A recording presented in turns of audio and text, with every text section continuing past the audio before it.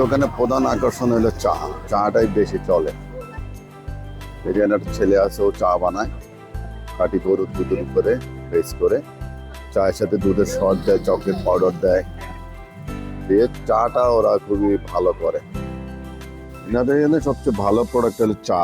চা এনাদের সবচেয়ে প্রচুর চলে চাটা।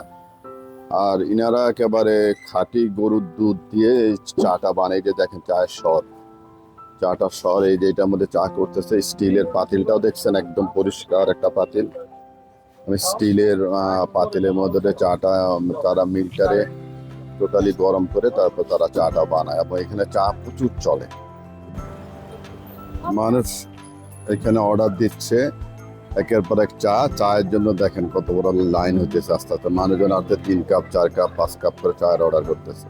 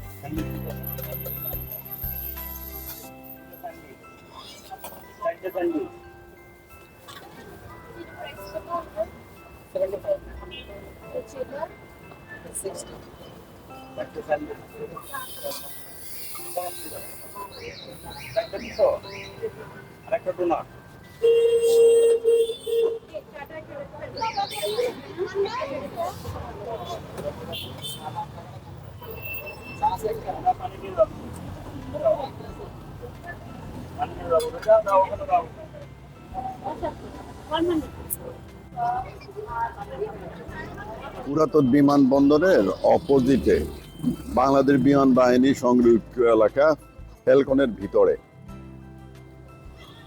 এই দোকানটা, ইগল ডিলাইট দোকানের নাম, ইগল ডিলাইট। সুন্দর, অনেক কাস্টমার, সবাই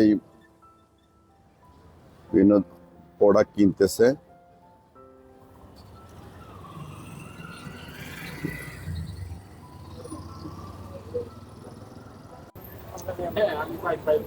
এখানে সব ধরনের ইকুইপমেন্ট তাদের আছে, কফি মেশিন, সব ধরনের মেশিনারি দিয়ে তারা কাজ করে।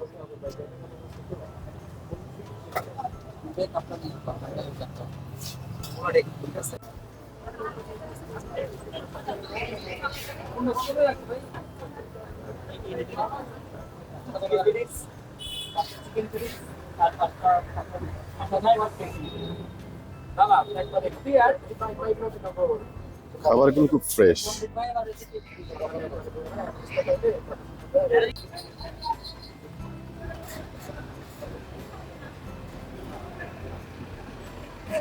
অনেক ধরনের খাবার আইটেম আছে, বার্গার, আফলাতুন, বিভিন্ন স্ন্যাক্স প্রোডাক্ট। সন্ধ্যার পরে দারুণ সুন্দর লাগে, অনেক বাতাস থাকে।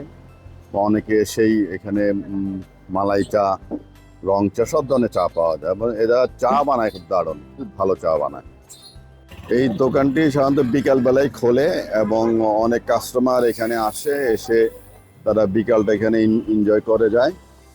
আর দোকানটার অবস্থানটা হইলো বাংলাদেশ বিমান বাহিনীর ফ্যালকনের ভিতরে, এই পুরাতন বিমানবন্দরের অপোজিটে ফ্যালকনের ভিতরে এটার অবস্থান। এদের চাটা খুবই ভালো, এসে অনেকেই এখানে এসে চা এনজয় করে, এবং এদের পরিবেশ অনেক সুন্দর, পরিষ্কার, এবং বিকাল থেকে শুরু হয়ে অনেক কাস্টমার সন্ধ্যা পর্যন্ত এখানে আসে।